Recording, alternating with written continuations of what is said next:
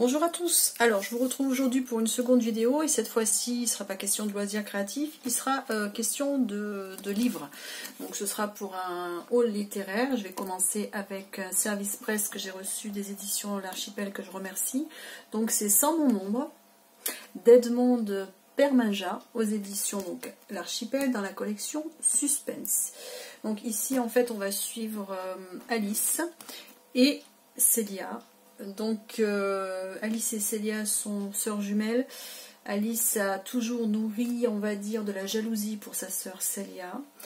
Et tout au début du roman, en fait, elles vont se disputer, avoir une violente dispute.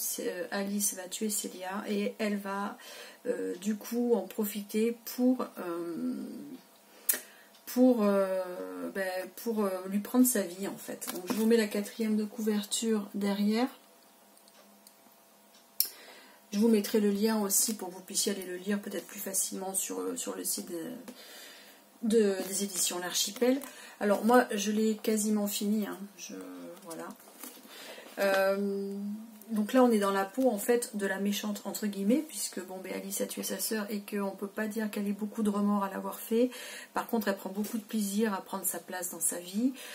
Pourtant Alice c'est une prof de philosophie, elle est intelligente, elle a toujours eu de bons résultats à l'école, elle est agrégée, mais sa mère a toujours préféré Célia qui était plus introvertie, qui écoutait bien tout ce qu'elle lui disait, c'était un petit peu la petite fille modèle. Donc elle a épousé un homme avec une bonne situation, elle a une belle maison, elle a 2 jolies petites filles. Bref, donc pour Alice, elle a la vie rêvée. Et du coup le fait que elle la tue comme ça par accident, elle essaie elle lui prend sa vie, quoi. Mais elle se rend compte en fait en rentrant dans sa vie que la vie de Célia, c'est pas forcément le paradis qu'elle espérait. Donc là c'est un petit peu troublant en fait de suivre en fait le parcours de la méchante entre guillemets, parce que clairement Alice je me suis pas vraiment attachée à elle. Il y a des côtés que j'aime bien, mais il y en a d'autres. Par contre quand elle pense à Célia, ou quand là elle va trouver son journal intime, enfin bref, je vais pas vous spoiler, quoi. Mais c'est vrai que au travers d'Alice on s'attache à Célia et on comprend et on compatit. J'aimerais bien un twist final à la fin. Je vais voir, parce que là, voilà, j'ai presque fini. Je pense que d'ici à ce week-end, ce sera terminé. Je vous ferai une chronique. Je vous ferai pas forcément un point lecture vidéo, puisque je vous en parle quand même pas mal là. Donc voilà, ça c'est sorti ce mois-ci ou le mois dernier, je pense. Et c'est assez intriguant comme lecture, parce que moi d'habitude quand je lis du suspense, c'est une enquête policière, c'est une quête, c'est quelque chose, voilà. Et là je trouve que ça change, d'être du côté en fait de la personne qui a fait quelque chose de mal, entre guillemets, pas tant que de... Ouais. Ça change. Donc, Sans mon ombre. Ensuite, deuxième service presse que je dirais juste après. Alors, autant Sans mon ombre, voilà, c'est un gros, vous savez, moi j'aime bien les pavés, hein, c'est pas le problème. Voilà. Il y a 434 pages. Bon, ce qu'il y a de bien par contre, c'est que bien que ce soit un gros livre, l'auteur ne fait pas de grandes descriptions. Vous savez que moi je trouve que ça alourdit quand il y a trop de descriptions. Et là, c'est essentiellement, j'ai envie de dire, plus centré sur l'humain, dans le sens où il y a beaucoup de dialogue. Donc ça se lit, par rapport à ça se lit relativement vite, hein.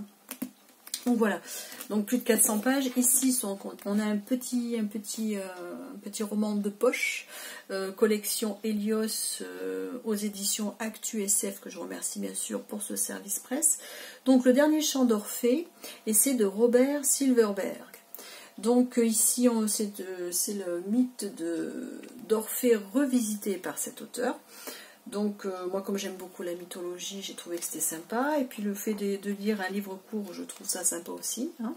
Donc ici on est sur 133 pages. Bon, c'est écrit petit, mais bon, franchement il n'est pas épais. Et à la fin, pour mieux découvrir l'auteur, on a une interview de peut-être une dizaine de pages, je dirais. Donc voilà. Donc ici, pareil, je vous mets la 4e de couverture derrière, mais il y a toujours de la lumière. Je vous mettrai pareil le lien pour que vous puissiez aller sur le site et le lire tranquillement. Ensuite, par rapport à mes achats, donc j'avais dit que je suivrais donc les fêtes païennes en fonction des mois de l'année, des célébrations. Là, on est passé donc Ostara, c'est la fête de l'équinoxe de printemps et de la fête de Pâques païenne. Donc ici, voilà, c'est un petit peu d'histoire, c'est un guide essentiel, vous permettra de découvrir les traditions, les mythes, les prières, les recettes, les décorations et les rituels d'Ostara. Donc en fait, pour savoir d'où vient en fait la fête de Pâques. Moi j'aime beaucoup, alors c'est aux éditions Danaé, très joli sigle. Donc il est à 12 €. Je vous ai pas dit, celui-ci il était à 5,90 €, hein, le chant d'Orphée, bon version poche oblige, et ici on était à 22 €, bon c'est un brochet, ça va, c'est correct. Donc ici on est à 12 €, donc il est fait de la même manière que le premier que je vous avais montré in bulk. Et donc voilà, moi je continue un petit peu mes recherches pour mon roman qui traitera sur les sorcières et tout ça. Et franchement, on apprend des choses super sympas et on arrive à voir d'où viennent certaines célébrations qui sont restées au jour d'aujourd'hui, mais qui viennent d'avant. Je sais pas si j'ai été claire, enfin bon. Bref. Donc le deuxième.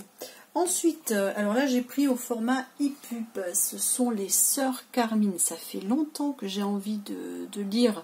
C'est de Ariel Holz aux éditions Nemos, dans la collection Naos. Alors j'ai attendu qu'elle sorte, ben pareil, comme elle fait partie des indés de l'imaginaire comme ActuSF, je pensais que ça allait sortir en format de poche collection Helios, mais ça n'a pas été le cas. Le brochet coûte 17 €, mais par contre le EPUB, et là c'est quand même pas mal, ne vaut que, et j'ai trouvé que c'était pas cher, 3,99 €. Donc ça va, hein, parce que des fois dans les maisons d'édition, quand vous achetez le format en fait numérique, il est presque aussi cher, voire aussi cher que le format de poche, quand il y en a un.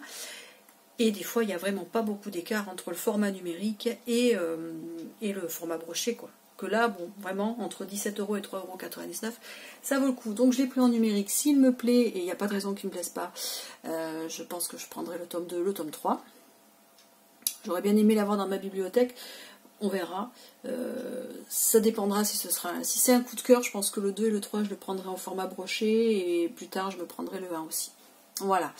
Donc ici on est sur de l'urban fantasy, je pense, du gothique et du young adulte, parce que ce sont des jeunes filles. Donc je vais vous lire, parce que bon, c'est toujours pareil quand on présente, je vous mettrai bien sûr le lien en barre d'infos.